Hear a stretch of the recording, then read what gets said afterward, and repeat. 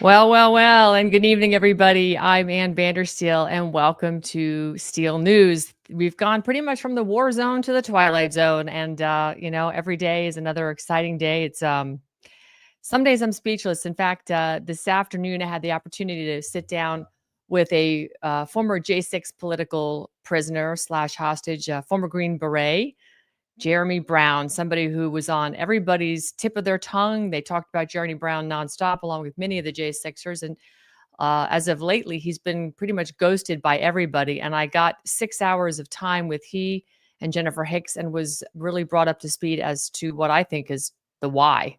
And it's going to come out. We're going to get more of that information out. But in the meantime, it's just really shocking because every time you turn around, when you think things are going to finally get over the goalpost, we're finally going to get a win, it seems as if the goalpost moves further and further away.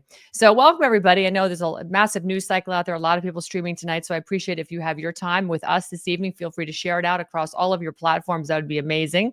We're going to be diving tonight into some intertwined crises. Japan, who has been a staunch ally of our country since World War II. For the life of me, sometimes I wonder why, because we certainly didn't treat them very well in the end, but of World War II. But they have come along our side, and of course, they're sitting in a hornet's nest over there, surrounded by the Chinese and some crazy guy with his finger on a button in North Korea, the little dim sum. But they're also going through their own evolution of crisis. They've been in an economic, I would say deflationary depression, recession for a long time. And frankly, their evolving COVID-19 booster policy amid that economic slowdown is echoing a bigger crisis. And it's particularly could be the canary in the coal mine. So we're going to sit down tonight and we're going to look at how those issues echo right here in the United States. We're also going to have a wonderful guest on, Masako Ganaha. She's a friend of mine.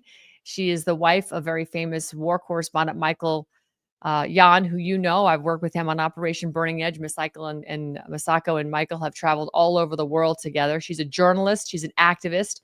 She's a very, very, very, I call her the Joe Rogan of Japan. She's a voice of conservative Okinawa. And her X insights, if you go to her timeline, her link to her timeline is in the description box in my Rumble channel. It's Ganaha_Masako. But you can go and find her timeline. She was also tweeted out on my timeline as well. I've tagged her there. You can connect with her there.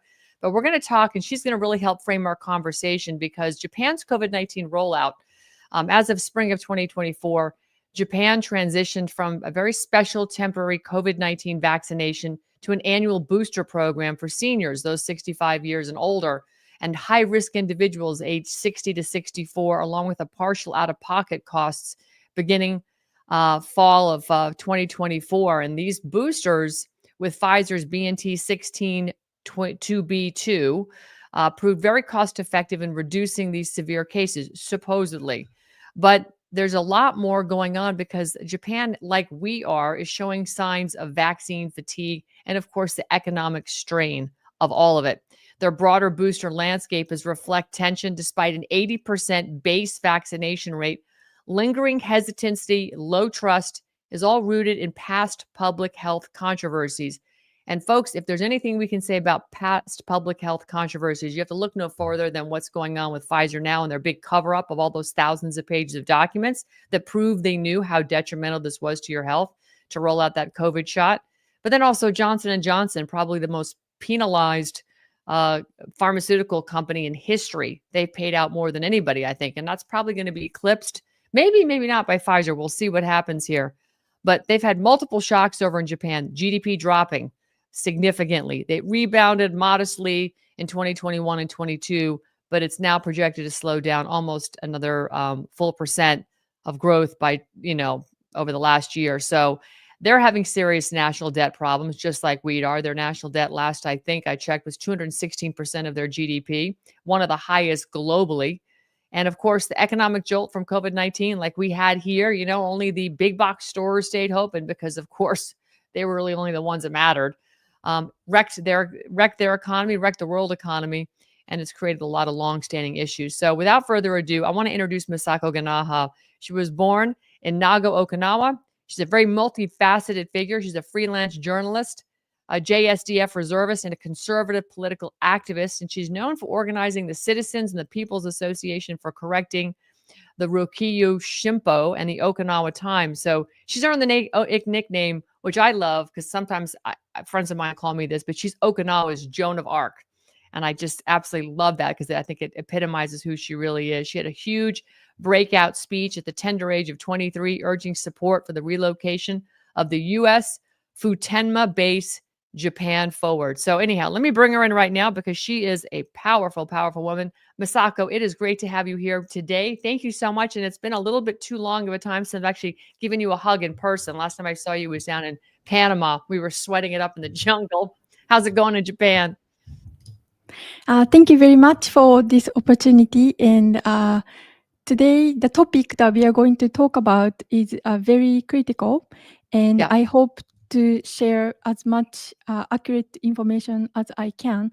And I have been interviewing and doing live stream with key scientists and doctors and people who are analyzing the data, raw data in Japan. So I hope this my talk would be beneficial to not only in people in Japan, but to people all over the world. I know it's going to be because I think the vaccine hesitancy has now sort of been the dawn of a new age of people thinking that, perhaps this wasn't so great. I think people are finally starting to talk about it. I have 4 family members, Masako, that are seriously vaccine injured, one neurologically, 2 cancer, and 1 cardiovascularly, had to have open heart surgery. So I've got serious issues in my own family, and we're 5 siblings, and that's, 3 of them and a mother-in-law. That's pretty serious. So, the fact that they're still pushing for boosters, the people I know that took the shots here in the States, Masako, are saying no more to the boosters. I mean, majority of them are like, yeah, no, we're good. I think people don't want to say that they were fooled, they were made a fool of, and their health was, made a mockery of by the very powers that are supposed to be protecting them. So Japan's booster policy right now, how's it tracking so far? What are the trends and the resistance patterns looking like in your country overall? Yes, so the people who get many times injection, they got like 7th or 8th. But most of the people have stopped after they got 3rd shot, but many people are still getting that's ongoing. So compared to other countries, Japan, especially government, is still pushing the jab. But because of the journalists who are standing up and confront and to go to the press conference held by Ministry of Health, and they are giving the actual data, and then they are pointing out what they're doing is wrong. So the tone of Japanese government is getting low when they come in front of the media, but what they're actually doing is still pushing. So are journalists like yourself, are you getting pushback from government for standing up and speaking out against the vaccine? Not just myself, but yes, a lot of us got censored online. And actually, from this year, starting April, Japanese government implemented a new law. They are saying that they will control the fake news online. So they are implementing laws to even more suppress us even more. So that's the trend in Japan. Yes. So right now we have the Trump administration. So supposedly the censorship has lightened up a bit, and it seems like it's somewhat better on X. I'm not really sure that I can speak to Facebook. We had the Supreme Court here decide they weren't going to hear a landmark case. It went back to the Supreme Court for the 3rd time. It was called Fick versus Facebook, where this gentleman, Jason Fick, who in full transparency has become a good friend of mine because I started covering this story back in 2018. He clearly had all the evidence he needed to have the judiciary across the United States interpret what he thinks is a very good statutory law, Section 230, to prevent platforms like Facebook or X or any LinkedIn or Getter or whatever from actually censoring the the publicist, the user, people like me and you who are publishing on the platform. He really had that whole case sorted. But the Supreme Court decided, nah, they're not going to hear this case. They're going to hear another First Amendment case. But this First Amendment case is about religious freedom, and it originates with a Rastafarian, a Jamaican guy with long dreadlocks who's in prison. And the prison wants to cut his hair off. And he says, no, no, no, I have a First Amendment religious right to have these dreadlocks because, that's part of my religious beliefs. So the Supreme Court opted to listen to a case where if every single person in prison was threatened with their haircuts that are Rastafarians, what are we talking? A couple thousand people at the best? I don't even think it's that many. But we're now talking versus, say, freedom of speech for 350 million Americans. So while I think we're going to get better service right now because we have President Trump, the threat of censorship is still there. So I find it interesting that Japan is still heavily censoring. I would have thought at some point they would have come out, or has it gotten worse since they assassinated your previous Prime Minister Shinzo Abe, excuse me. Yes, a lot of the government policy in Japan has gone far liberal. After Prime Minister Abe was assassinated, that's very clear and super pro-China. That's the direction that we are going. And plus, I think system-wise, Japanese government is like in Japan, like unlike US where you have FOIA request, freedom of information request, Right. we have the same kind of system, but it's not working. And government say when this is like a critical issue or national security and they don't have to disclose, so they tend to use those excuses. So we cannot get the important information, critical information that we need to. Even congressmen submit the questionnaire or freedom disclosure request to the government, they don't respond. Really? They just ignore you 100%. Completely don't just act like they didn't get it. No, I mean, they just say we cannot provide you information. That's their answer. So it's the same as the ignoring. Well, having pulled some FOIAs off, particularly on myself, and I've been told, no, we can't tell you anything because your name's still wrapped up in investigation. I understand that, although I've resubmitted my FOIA requests because we have a new administration, and I want to see if they've relaxed on their ability to provide information to me because I was placed on a domestic terror list, and I wanted to know why. Why was my name on this list? So we'll see how they respond, this time around. But I want to bring it back to Japan. 80% of your population is vaccinated. Is that an accurate assessment or is it higher, lower? Yes, that's the correct. We say I'm not unvaxxed, so we are the remaining 20%. Right. So that's the rough number that we always use. Okay. And in terms of here in the States, we have the Vaccine Adverse Event Reporting System, VAERS. What do you all use in Japan? Or do you track adverse event reporting? Yes, our government supposed to track those events. And there is an organization, it's called PMDA. That's the third party that they receive the adverse event report from doctors or hospitals. And so according to those reports, PMDA supposed to consider and discuss whether this medicine is safe or not, but it's not functioning at all because the back door, the people who are elected to be or selected to be the member for PMDA, they receive money from the pharmaceutical company, and they have a regulation for when it comes to the voting, those members of PMDA, they have to disclose how much money they receive from pharmaceutical company. Mm-hmm. And if certain amount, above the certain amount that they receive, then they are not allowed to participate in the voting. But what journalists are finding out is that they say, oh, so-and-so received this amount of money, and they call the name and the actual number of the price. But they say, if everybody here attending agrees that this person can attend voting, then we will let this person vote. So they break the regulation. Of That's course. that's what's happening. So it's the same thing that was going on here in the United States. The fox is guarding the hen house. The regulatory agencies that are supposed to oversee the pharmaceutical and medical industry, right, has a bunch of ex CEOs or direct boards of directors or high level employees from those companies working in the agency.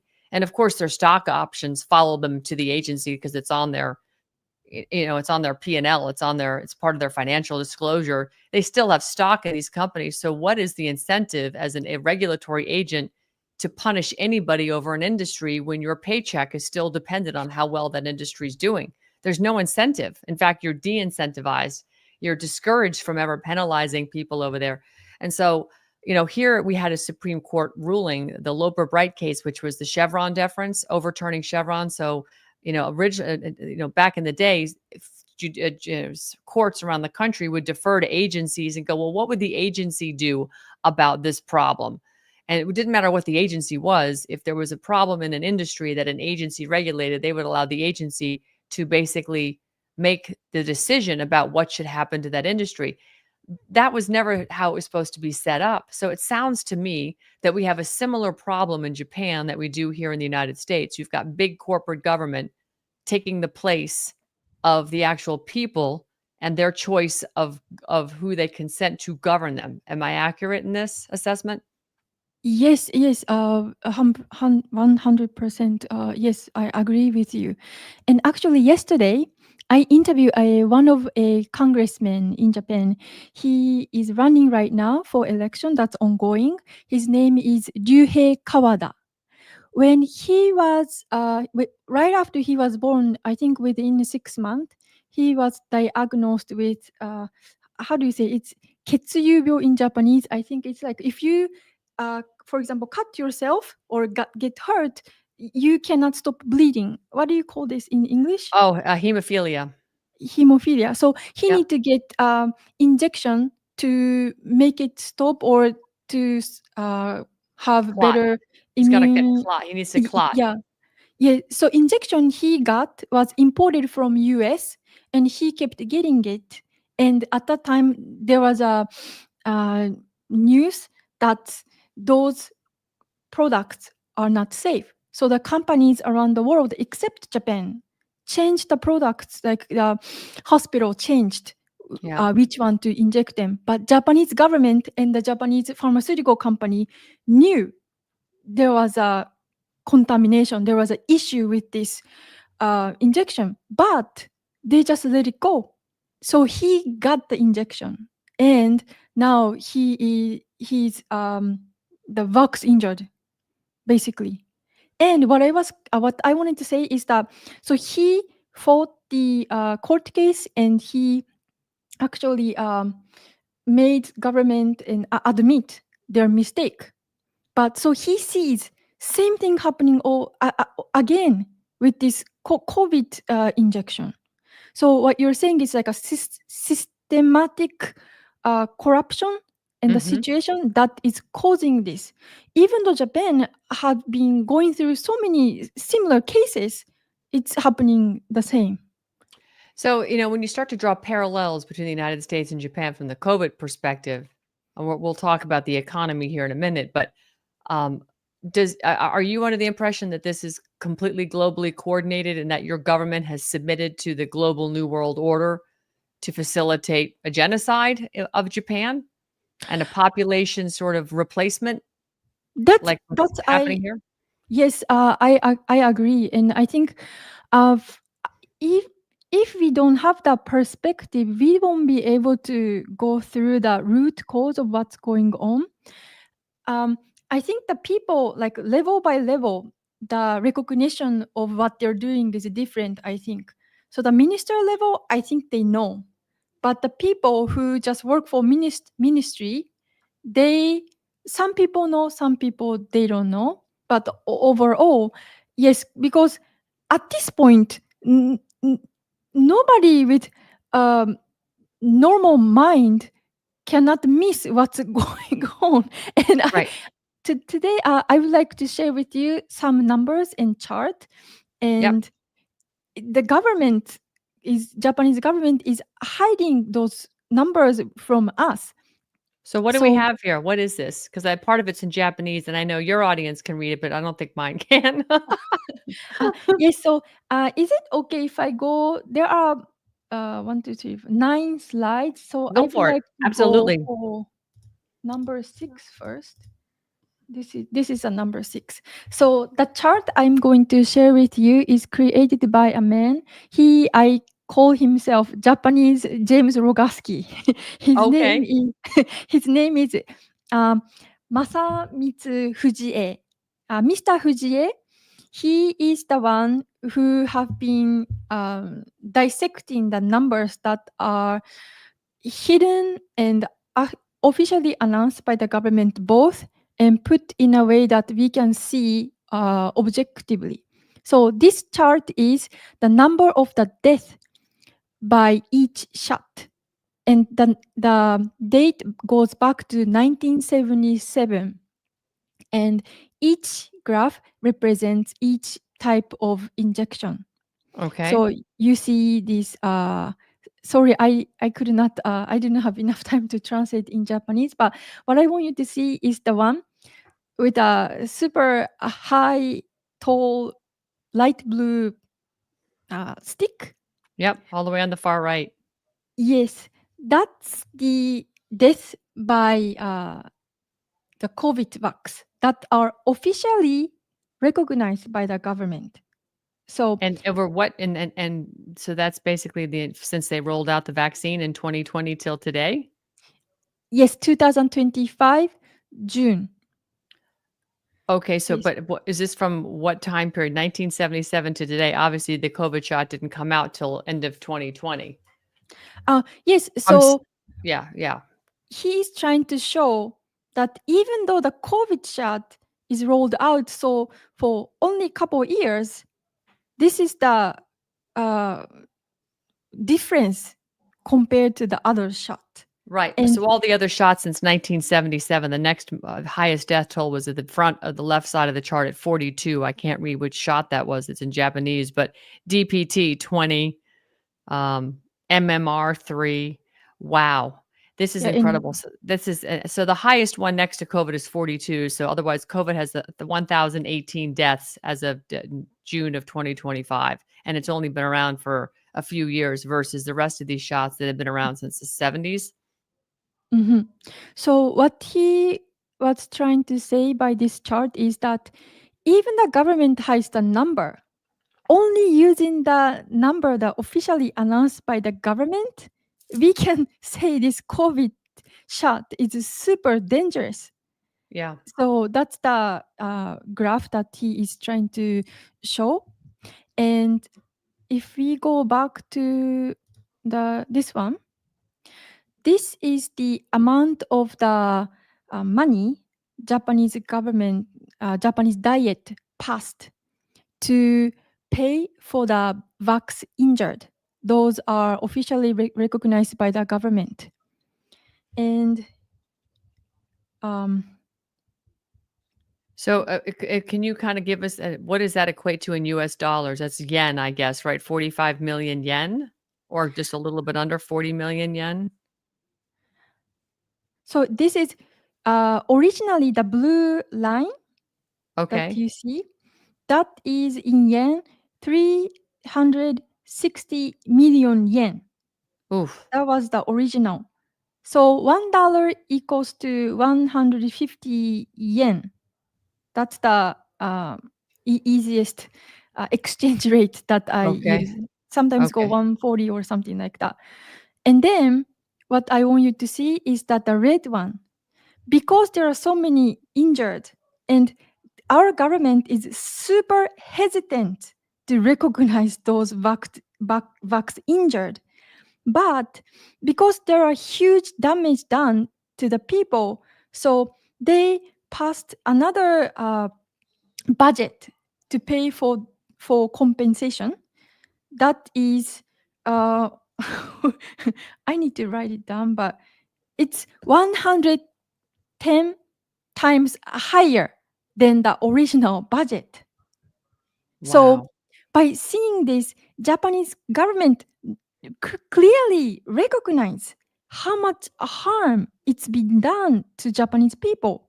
Yep. But when some congressmen confront Minister of Health, or during the press conference held by Ministry of Health, they say that there are no issue, therefore they can continue vaccination. That's how insane it is. It is insane. It's totally insane. I've got Nonya in chat right now, and she's saying how everybody's just brainwashed. She says they're nanotech. Um, she also is talking about how underreported all these numbers are, and then she's also lamenting the fact that the USA isn't paying jack to anyone. And we'll see how that's going to turn out because our court system is so screwed up. But what we need now is people to just continue to bring lawsuit after lawsuit after lawsuit. And frankly, I would encourage people to bring lawsuits into courts of equity and not into the Article 1 courts where you're going to get stuck, with lawyers, and it's going to take years to get through the system. I mean, you can bring real accountability and you can bring punitive damages more quickly in a court of equity because that is the people's court, right? That's our court. And if people don't know what I'm talking about, just go to Chat GPT or Grok or whatever your favorite AI is and look up courts of equity and you'll see what I mean. It's one of the reasons in the big, beautiful bill, courts of equity were reduced in scope for U.S. citizens. But if people understand what a U.S. citizen is, Masako, they know a U.S. citizen is someone who resides and works in D.C. So it's still very available to American people. We just have to declare it and ask for it. But I digress. So this is shocking to see these numbers in such disparity between previous and current. How is Japan affording this? Because you guys have gone through an economic tidal wave. You've been basically your money has been swept out to sea. So, how is this slowing economic recovery impacted healthcare and the ability to pay people, for damages? Uh, in Japan, we are living in a tax hell. And so we are poor people living in a rich country. That's the situation. We know the feeling over here in the States, Masako. It's not any better. Yes, and Japanese government is considering to raise our sales tax up to 25%. It started from like a small fraction, but like 5%, 8%, now 10%, and food is for 8%. If you eat inside, they charge you 10% sale tax, but if you take home, it's gonna be 8% sale tax. Like they are using all the tricks to make us used to being slave.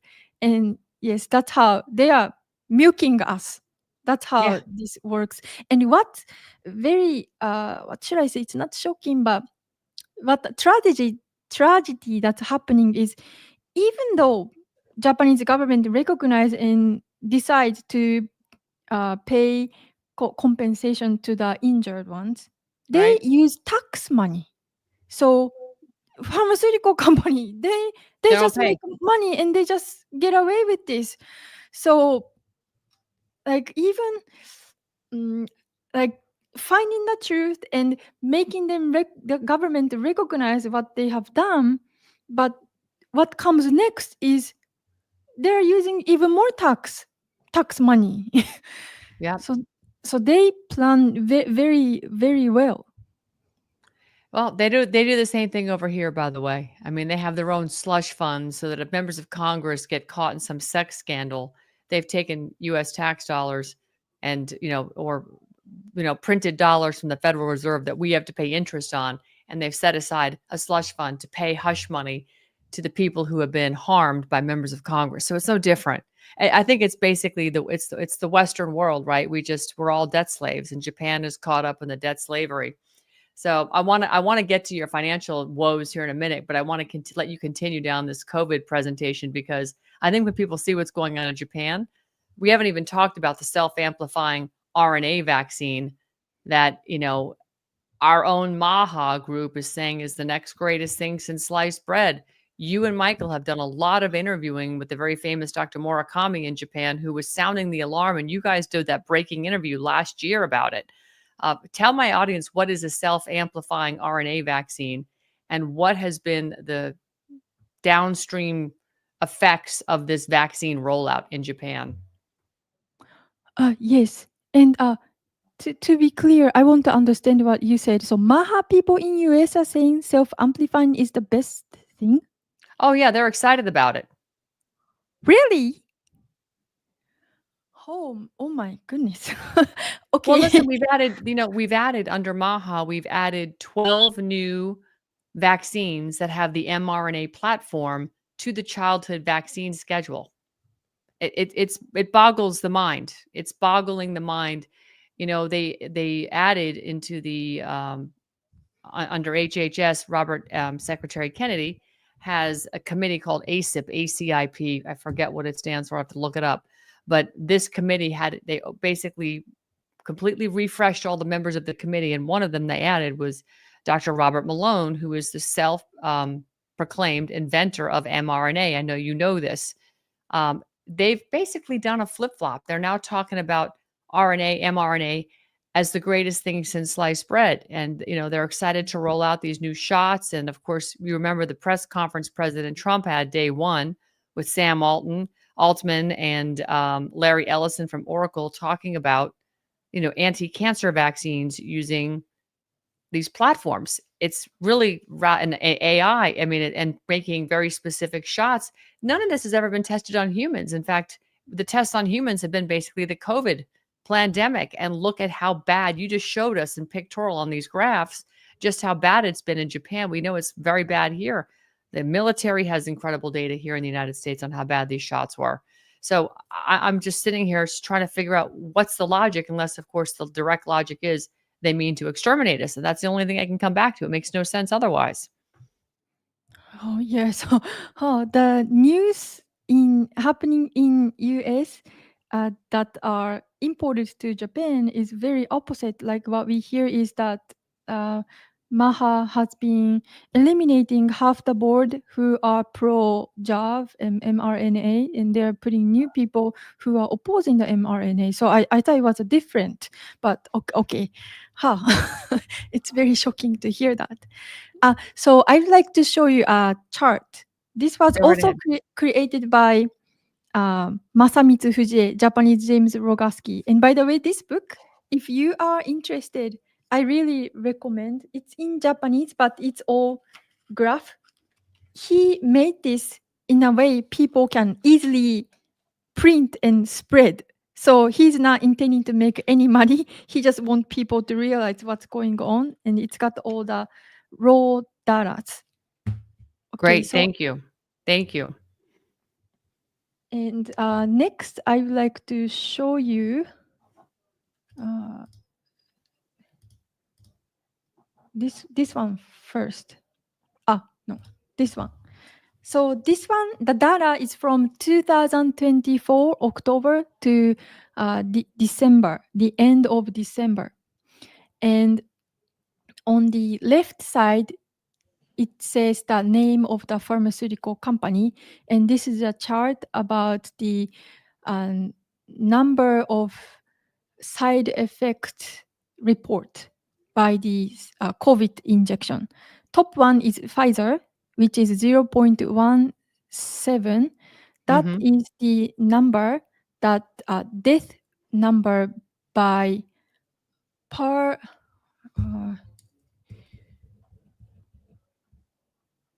10 per 10 no per 100,000.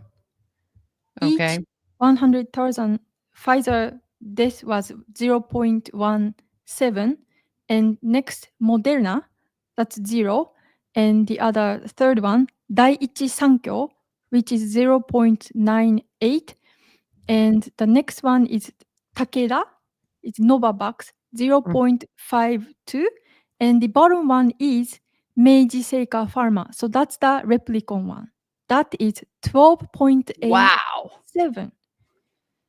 So he made these numbers from the actual data that were produced by Ministry of Health.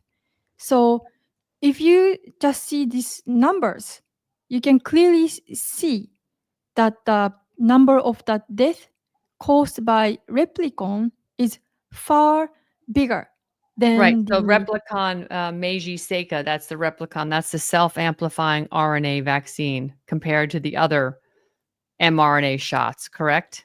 yes. Wow. And because let me go to this one. Okay. So those are the actual numbers of the shots that are taken during the same period from October 1st to the end of December. That's last year. And the order is the same: Pfizer, Moderna, Novavax, Daiichi Sankyo, and Meiji Pharma. So the Mhm, mhm, purple one is the Replicon. If mhm. you see the number on the left, 15,536, that's the number of the injection that people got.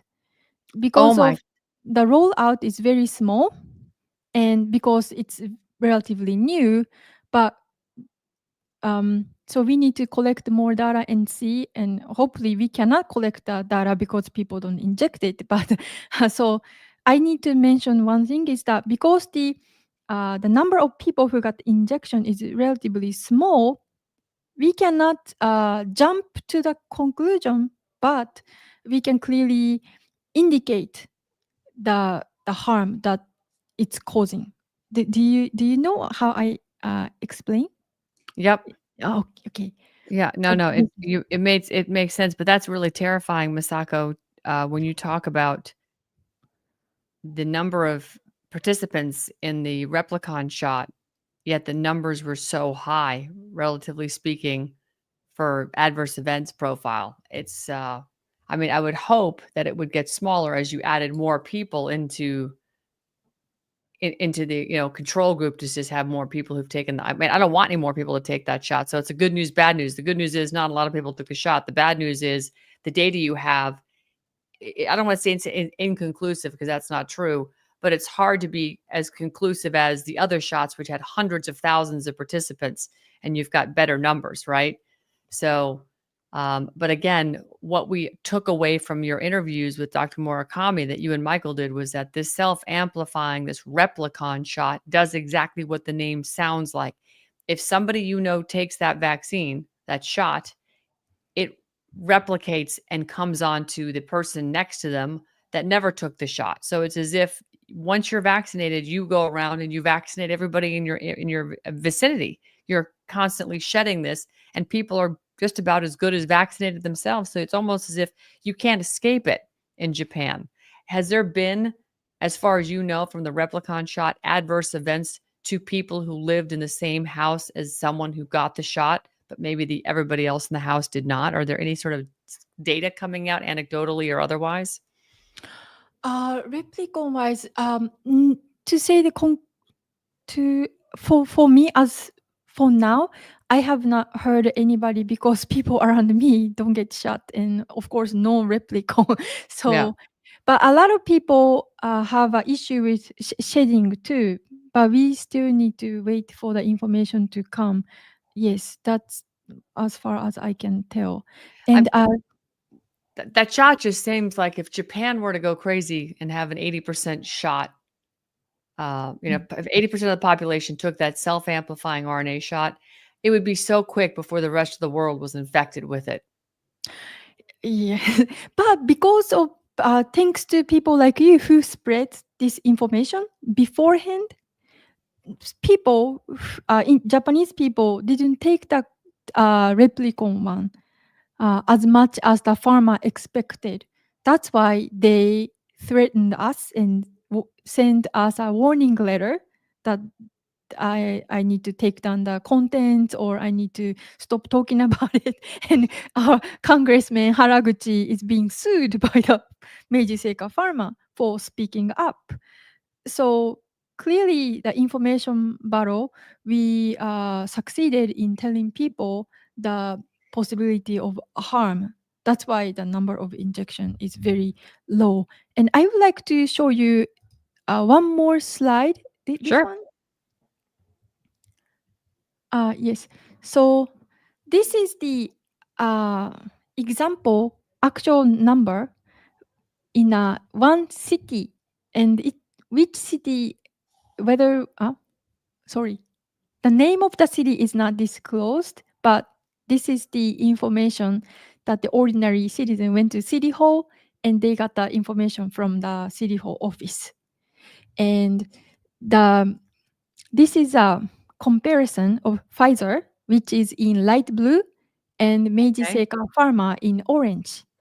And it shows that in 70s and 80s and 90s, Pfizer one, for example, in 70s, 2,723 people got injection. And this is all cause mortality. So out of 2,723, 19 passed away. So the Wow. rate of the death is 0.7. That's how this chart is composed.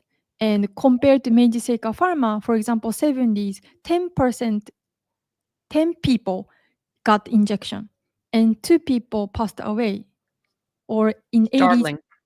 yes, 37 people injected, 3 passed away. And in 90s, 26 people got injection, 6 people passed away. So just narrowing down the age and the period of time, you can clearly see that Replicon does more harm, even more than Pfizer. Wow. By the way, South Korea, according to Francis Osuna, says they're 95% injected. And they said Japan is 85%. So it's probably wow. That's incredible. Oh, it's incredible. Wow, those are scary numbers. So the replicon, the self-amplifying RNA shot, is clearly detrimental. And I'm glad that that your social media campaign and the reporting you've done, Masako, has helped stop people from taking the shot. The work you and Michael did with Professor Murakami or Dr. Murakami was fantastic. I mean, it was Yeah. earth-shattering, groundbreaking, terrifying to listen to him explain what was happening with these shots. I Oh, know. yes. Yeah. Oh, thank you very much. And the reason why we can do those kind of close analysis is because there are a lot of housewife army. They are volunteers and they go to city office in their town and get the information, raw information. That's why the scientists, doctors, and the organization I work with can do those analysis. And they are putting on their website the database open to public. So if people are interested, please, this is the first slide. Please visit the website. The organization's name is the National Coalition to Stop mRNA Vaccine. And the database is right now only in Japanese, but we are going to have a press conference in English so that more people can access to it. It will be within couple days. And I put the link below on the screen. So if you visit, you can see the database right now. 21 million shots is in the database. And you can see the each lot numbers and age group, and the number of death. So this is open to public. And so we want people, the analysts all over the world to use this data for their studies. And here is Professor Murakami, who is leading this database and research in Japan. He's also a member of FLCCC. And FLCCC, Dr. Pierre Corey's organization. yes, and he did quick analysis after the database has been built. Oops. So he found out, one of the discovery he found out is that originally people are thinking that within a week or so getting injection, people likely to pass away. But because we got those massive data, it shows that after 3 to 4 months is when more people pass away. So the number of the peak, death peak, is much later than we were originally discussed. So we would be able to discover more facts that's happening, and Professor Murakami is going to announce as the research progress. Yes, and this one and this one. Wow, that's fascinating. It's sad. It's terribly sad, but thank goodness that he is putting all this together and that you're going to be doing this press conference again, because I know you have a massive following in Japan. Like I said to our audience, you're the Joe Rogan of Japan. And people, when you talk, people listen and they take you seriously. And I think that's reflective in some of the numbers that we saw on the previous slides, Masako, where frankly, you could see that people took a lot of the Pfizer shot, but they took very little of the replicon self-amplifying RNA, which had much worse safety data than Pfizer. Pfizer was no bed of roses, but that replicon shot, I think someone's at your door. Yes. Is someone trying to do room service or come clean your room in the hotel? I think it's a post office. Oh, it's the post office. Sorry, I'm sorry. That's okay. Do you need to get the door? You can go up and get the door if you need to. It's okay. I will call later. Oh, okay. Okay. Sorry. I know Michael is upstairs on another interview, so no worries. No worries. My camera. Your camera went bye-bye. That's okay. We'll get you back here when it looks like our camera got disconnected.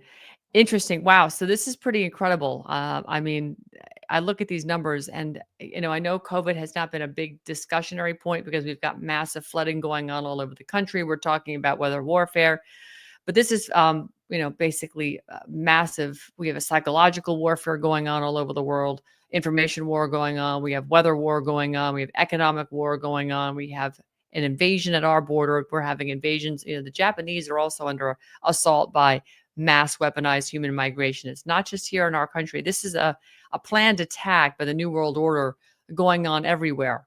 And, we wonder why we're not seeing mass arrests coming out of the Trump administration.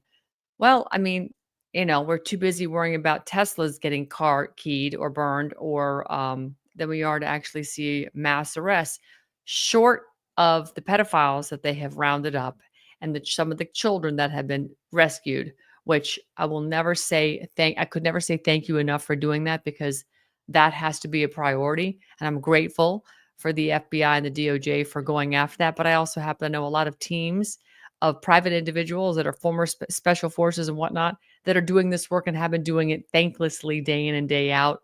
Doc Pete Chambers, Remnant Ministries, Craig Sawman Sawyer's group, and there's many others out there that are doing the work in the dead of night to rescue these children. It's nice to see the government come alongside and help, but we, the people, have been doing this for a long time too, which is a reminder that we can be our own government, by the way. We don't need to wait for these boneheads, sitting in DC or in your state capital to do anything. We have the power. And Masako is showing you that right now. God gave you a brain, use it. You've got discernment. So, it'd be nice if we could, effectively listen to people like Masako giving you very black and white evidence about stuff that you don't probably want to put in your body. So, Masako, good to have you back. Thank you. Sorry, my camera went off. Sorry for the. No, it's all. It's no worries. It's very casual. Okay. Is there anything more you want to say about COVID? I know you have this press conference in a few days, which I think will enlighten your population more. But is there anything more you want to leave before I just shift gears? I just have a couple of economic questions for you. Yes, there are a lot of Japanese journalists and doctor scientists who are putting frontline research. And unlike Europe, doctors here won't get arrested or taken away medical license. So we are actually more free to do research, although we are having a hard time speaking up in terms of the online censorship. So if you are interested, please reach out to Japanese doctor, scientist, journalists like him. I would love to help you connect. And yes, in Japan, we are very organized. So we have the set of data. And so if you want to know more about the harm that's been done, then Japan is the place to do the study and spread the awareness. Great. Well, thank you very much for that. That's tremendous. I'd like to shift gears a little bit and just talk economy for a second, if we can. I actually have a clip here, a couple of clips that I wanted to just get your comment on. Let me just pull them up here and where they go. Whoops, I lost my clips. Oh, here they are. Let's see here.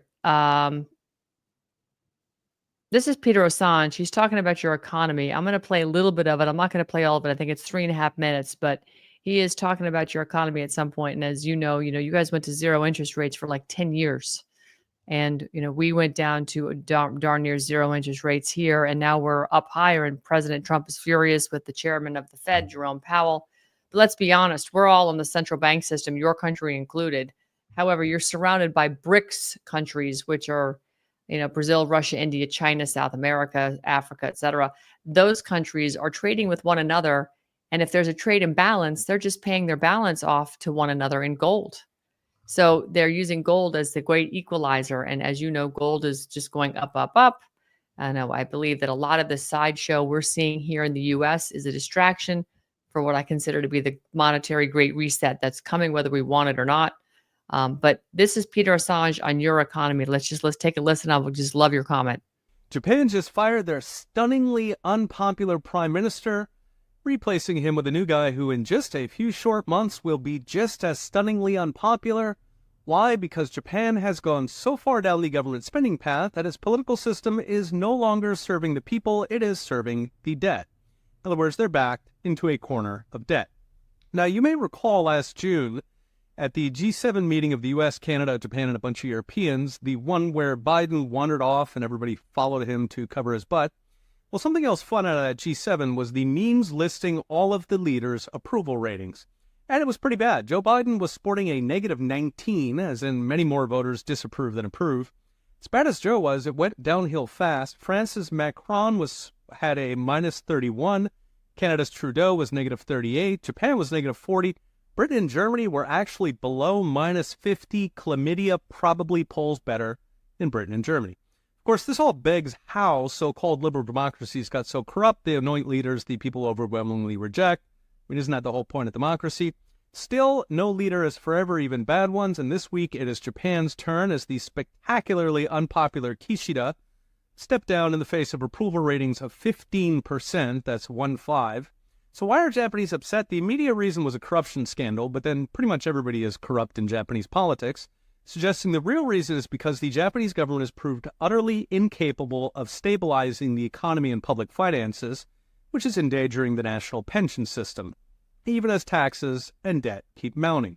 To the point Japan's uniparty is importing 800,000 unskilled laborers to prop up national pensions. I know, even Japan.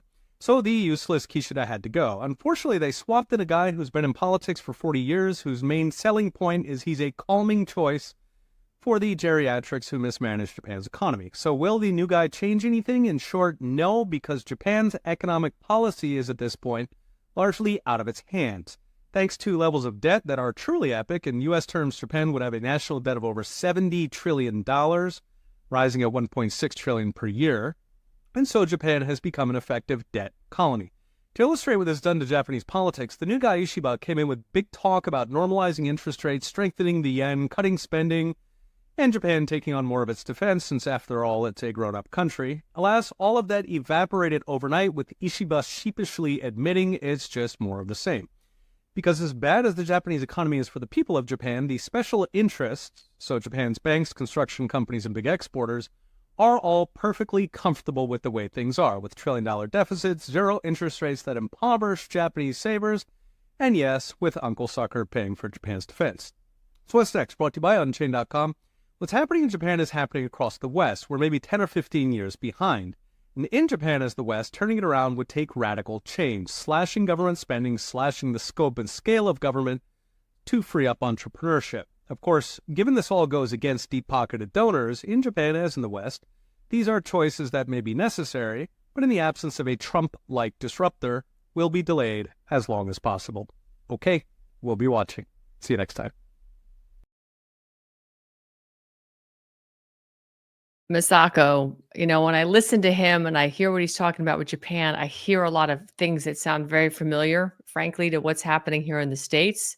I mean, obviously, we're not $70 trillion in debt, but it is pretty alarming because you all have been ahead of us in terms of the monetary policies. And it's as if we're trying to get there, but I don't know for my country what that's going to look like, except I look to the future of, I look to Japan of what the future holds.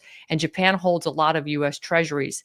And they've been under a lot of threat by our government to not sell off these treasuries because the US doesn't want to bring these dollars home because that's going to drive it's going to bring too many dollars in and inflation, and it's going to drive the value of the dollar down. So what is Japan saying right now in terms of its economic plan or resiliency, or are they just waiting to implode and say, screw it, we're going to just go join BRICS? This question is very hard for me because I'm not specialized in economics. Maybe I would like to take it as my homework if it's okay. I love that. You're so cute. That's great. But right now, actually, one of the huge topic talked about during the election, because it's election time and the voting day is the July 20th. A lot of the anti-globalism people, meaning usually I work with, they are talking about no more sales tax, eliminating the tax, and also they have a view of economy as like this. Government debt is we need to see who the government owe money to. For example, like Greece, if you owe money outside of the country, then you have to pay back to not from within your family, but outside. So it's really debt. But in Japan case, even though number-wise we have this huge debt, but we also have a lot of asset. And so like a primary balance theory, that's what Japanese government usually use, Ministry of Treasury use by using primary balance, and we have huge debt. So we need to collect more tax so we can pay for it. But what those economists, anti-globalism economists in Japan is talking about is that situation in Japan is a little different because who Japanese government owe money to is actually Japanese people. Right. So like, the wallet, if you, so for example, a husband and wife, if husband lend money from wife, 100 million yen, is that really a debt as a family? No, because your pocket is the same. So the economists in Japan are talking about in this sense. And so Japan, are we really a debt country, or are they using this logic to use excuses to raise more tax? That's the argument I hear a lot. And I'm just introducing you this idea because I don't have much special knowledge to analyze as a person to speak in front of people.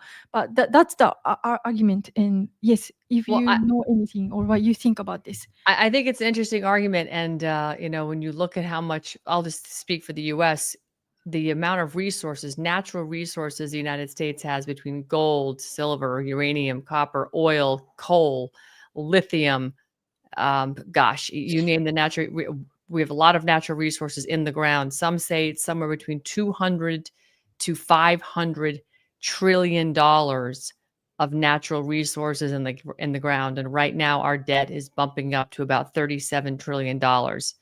So do we have enough resources in the ground to eliminate the debt? Sure, we absolutely do. Do we want to then, and again, this is why there's been such a natural resource grab in our country, all these floods that you see happening. And I did a documentary about what happened in North Carolina. It was a big land grab, ultimately. And they're using the Defense Production Authorization Act, the Department of Defense, Department of Energy, FEMA, all these agencies which have absolutely no authority on the people because the people didn't consent to be governed by unelected bureaucrats. But the people aren't standing up and fighting back coordinatedly because they don't understand how government works anymore because they've been miseducated. But frankly, if we just said, you're not taking our land, they can't take our land to try and collateralize the debt that they've spent by sending money overseas.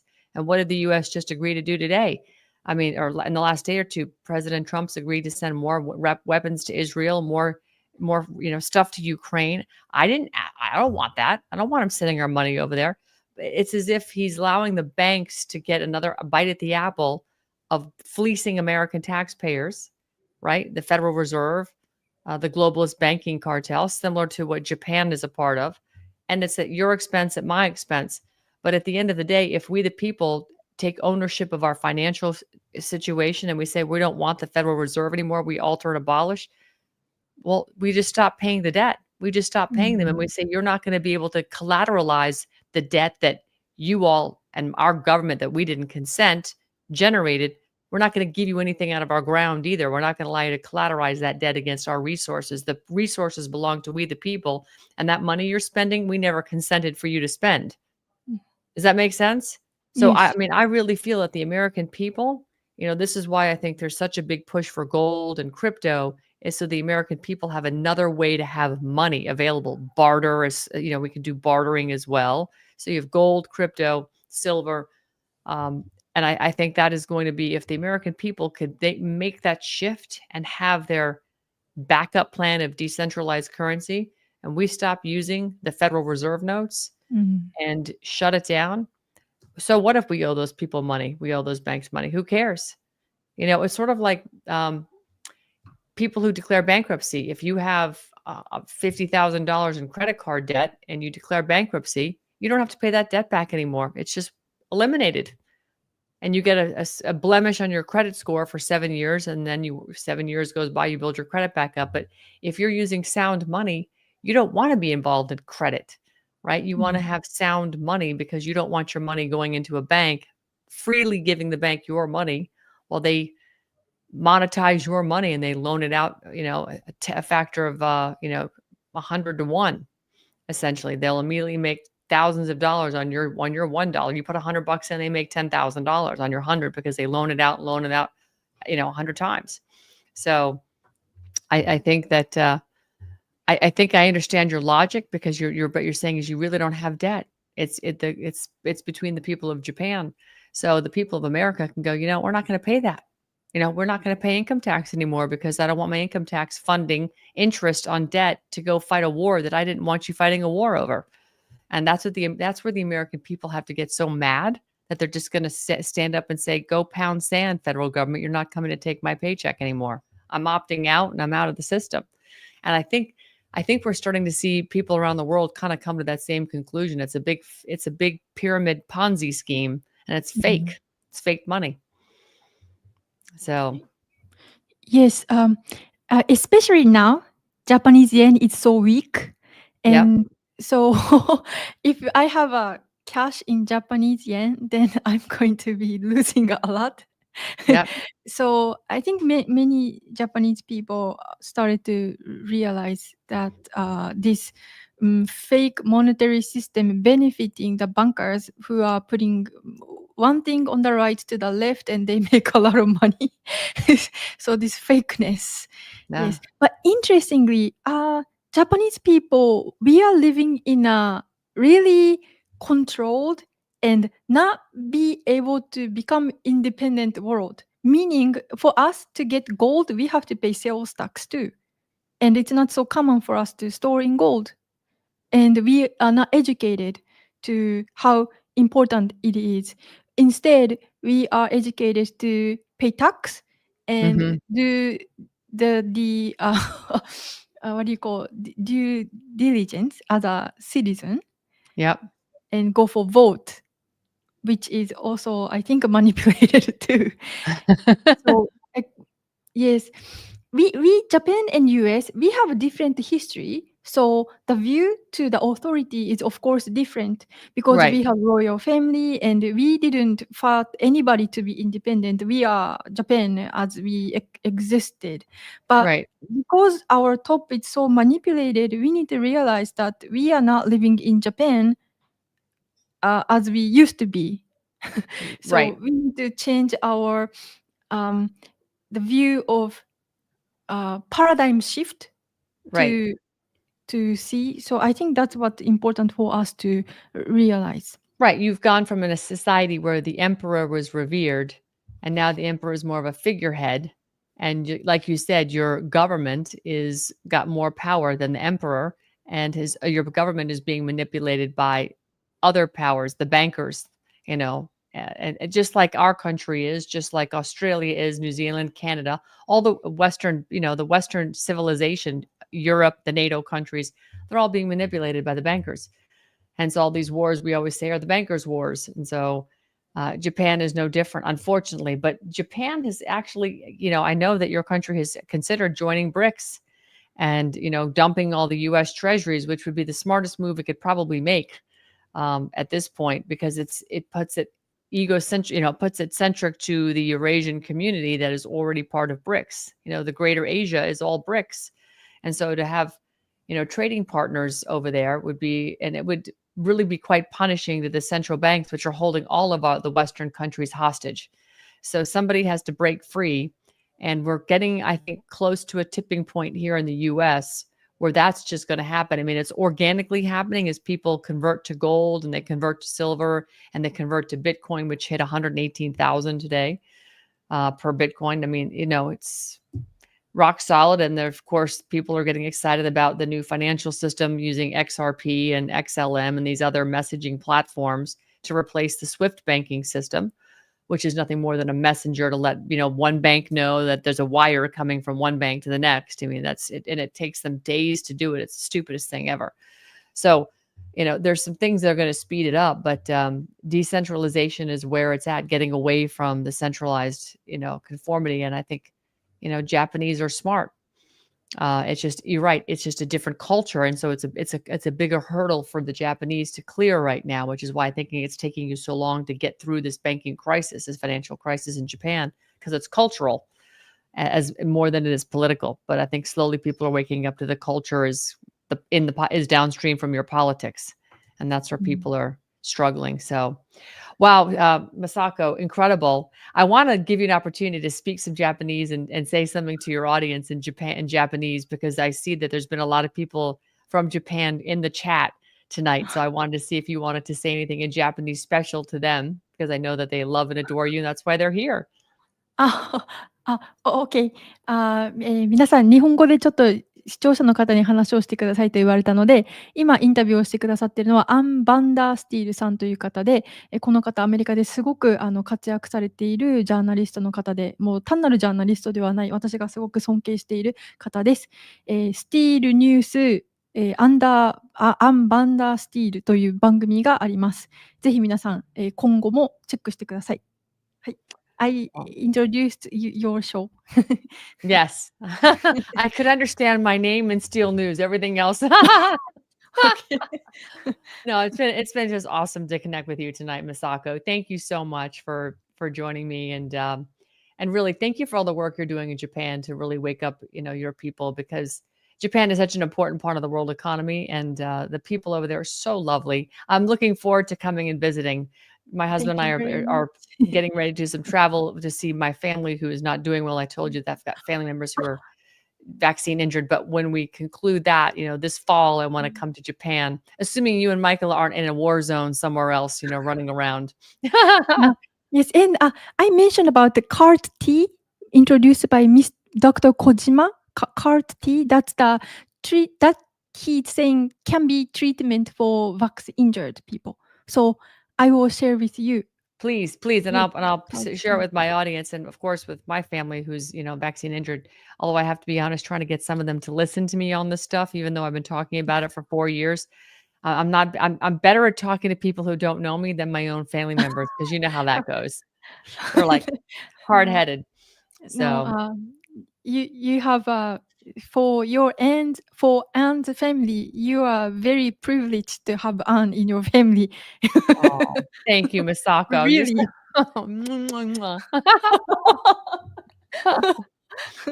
Well, listen, you tell Michael I said hello. Please give him a hug for me. And I hope you guys are having a great day today. It is 9 o'clock in the morning in Japan. and it's 9 o'clock p.m. the night or before. So you guys are a day ahead of us right now, but I hope it's a beautiful day wherever you are. Oh, last question. You have a lot of chemtrails over there? Are they doing a lot of geoengineering in Japan? Yes.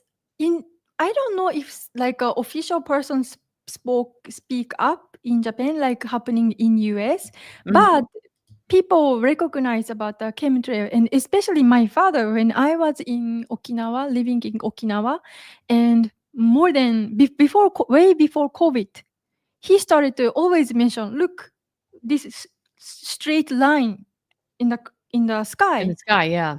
So we witnessed a lot of those similar chemtrail. So yes, I think that's happening in Japan too. Wow. Amazing.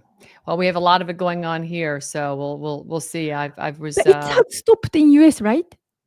No, it hasn't stopped at all. It's much worse. In fact, Florida, we have a ban now that you can't geoengineer, but that's not stopping them. They're still spraying the skies. So again, this is coming from a rogue government, rogue agencies like the Department of Defense has gone completely rogue. DARPA has gone completely rogue, and they don't care that our Constitution and our state constitution affords us sovereignty of our state, and our land, air, and water are all considered our natural resources for Florida's benefit, the Floridians' benefits, our benefits. And they shouldn't be poisoning our sky without our consent. I mean, who the hell would consent to have your sky poisoned to begin with? But Can they not be arrested because Florida banned it? right, but the problem is we need to bring a lawsuit against them, and our organization AmericanMadeAction.org is actually working on that right now. We have a very specific way we're going to sue them, and we believe we can actually stop what they're doing. Because they don't care that we have a ban. They don't care we passed a law. They're just spraying us because they have their own statutes written in federal law, which is not applicable to we the people. Their federal law applies to them in DC and applies to the US residents up there, not us. So we've got to challenge that, and we believe we have a very solid case that we're going to bring forward to challenge us and hopefully stop. And if they continue to poison us, then we can actually go after them for treason, capital punishment. So, which includes up to the penalties of death if they keep doing it to us, because what they're doing to us is effectively killing things down here. It's not good. So, yeah, not good. I'm very interested in what harm is done to people. And Well, like let's start with the bee water. population. The bee population is effectively wiped out. We have the bees, the honeybees. We have a real problem with bees down here in Florida. It's actually nationwide. There's a serious bee population, and the bee population, in the grand scheme of things, in the food chain cycle, it's critical for pollinating crops. And so, I mean, last year my garden got wiped out in 2 days. Not only me, but all of my neighbors. They all lost their gardens. This year, it's been hit or miss. Certain things do well, but we're battling constant issues with different diseases on the crops that we have that we're growing in our garden. So we have to constantly battle these. We're getting way too much rain down here, more than normal. The storms are ridiculous. You don't usually get thunderstorms until the afternoon, but you'll wake up in the morning and you'll have these 50,000-foot thunderstorms in the morning. Well, the ground isn't hot enough to have a thunderstorm in the morning. It's because they're heating the atmosphere. They're using the HARP array to heat the atmosphere and NextRad radar to modify signals. It's insane what they're doing. In addition to the spraying. Yep, crazy stuff. So, Masako, thank you so much. Please give a big hug to Michael for me. Yes, I will tell him. Okay, I appreciate you. We'll talk soon. Thank you very much. Okay, bye. Wow, what a treat. She's a sweet, sweet young lady, just a beautiful soul. I've had the pleasure of traveling with her in Panama and parts of Central America before. And she's Michael Jan's wife. Beautiful, beautiful, beautiful lady. What a great soul. Very, very intelligent woman, as you can see. I mean, I wish I could speak one word of well, I've said a couple things in Japanese, but I can't speak that language. She's just incredible. So thank you so much for spending the evening with me. It's about 9:15. I'm going to play something out here regarding the IRS and the illegitimacy of Title 26, which is the code for the IRS. the 16th Amendment, that Infernal Revenue Service. This is something that has been around for a while. I like to play this from time to time to remind you what your obligations are or are not when it comes to paying income taxes. Have a great night, everybody. There is no law, and to date, nobody has been able to show that there is a law for the average American citizen working day in and day out to pay an income tax. But We the People Foundation for Constitutional Education put a full-page ad in the USA Today on July 7th, 2000. And within the body of that ad was a $50,000 challenge for anyone that could show the law. And to me, $50,000 is a lot of money. So I went after that and did the research based on the fact that I thought, let's put this baby to bed. I'm hearing all these rumors. I'm going to kill two birds with one stone. I'll answer these people's questions that are asking me, and then I'll win this $50,000. And, based on the research that I did throughout the year 2000 and that I'm still doing, I have not found that law. I've asked Congress. We've asked a lot of people in the IRS commissioners, helpers. They can't answer, because if they answer, the American people are going to know that this whole thing is a fraud. There is no law. There is no law that requires the average American worker in the private sector to pay a direct, unapportioned tax on their labor and compensation for services. There is no law. I really expected that, of course, there's a law that you can point to in the law book, the code that requires you to file a tax return. Of course there is. Maybe I don't know what it is right then as he was speaking to me, but sure. So naively, I agreed to go off and research it and get back to him. 3.5 months later, I was at that point where I couldn't find the statute that clearly made a person liable, at least not me and most people I know. And I had no choice in my mind except to resign. I had to leave the IRS because I presented evidence that I had accumulated indicating that the agency was violating the law and violating people's rights. And I asked the agency for a response to my sincere concerns. And the answer I got was that they would not respond to my concerns and that they would provide me with the paperwork necessary to tender my resignation. You can look through the statutes and look for the law that requires you to pay. And when you do that, you can't identify a law that requires the average person in America who earns a wage and works in private business to pay an income tax. American citizens, along with the foundation, have been asking the IRS to specifically provide them with the underlying legal foundation upon which they administer and enforce the personal income tax laws in our country. At the national level, when people would attempt to contact somebody of a much higher authority, say the commissioner, same kind of thing. They would get answers that were in effect non-answers. You have to understand that an agency which will unlawfully impose a tax that doesn't exist is not going to care. If we, the people, don't know what our rights are, they're not going to tell us. If Americans just learned that the IRS was actually knowingly deceiving them, that would be enough for them to rise up and put a stop to it. 100% of what is collected is absorbed solely by interest on the federal debt. All individual income tax revenues are gone before 1 nickel is spent on the services taxpayers expect from government. People have been told, that you need this income tax system to fund government, which is absolutely ridiculous. My question is, well, if that's true, how did we fund government from 1776 to 1913? The main purpose of the income tax is not to raise revenue, but to redistribute wealth and to control society. A lot of people might say, well, gee, if there wasn't an income tax, what would happen to education? They don't understand that education is paid for the most part, out of state and local taxes, your property tax. People might say, well, how are we going to build and maintain our highways if there's no money coming into the government? We need our highways. There is a tax on every gallon of gasoline that people buy. Proceeds from the income tax do not pay for highway construction. I believe that in both spirit and substance, our tax system has come to be un-American. Death and taxes may be inevitable, but unjust taxes are not. This small booklet includes the Constitution of the United States, the Bill of Rights, the Declaration of Independence. This is a document that every citizen should read. It's a document which freed an entire nation. This is the Internal Revenue Code, and this document, and the unlawful application of this document by the Internal Revenue Service has enslaved the nation that this document attempted to free. This election is filled with promises of tax cuts that will go nowhere. But don't let this excess noise blind you to what's really at stake, your retirement. As economic volatility continues to grow, few are talking about the consequence that could ripple through your retirement savings. Many wealthy investors have started preparing for the shockwave ahead. Have you?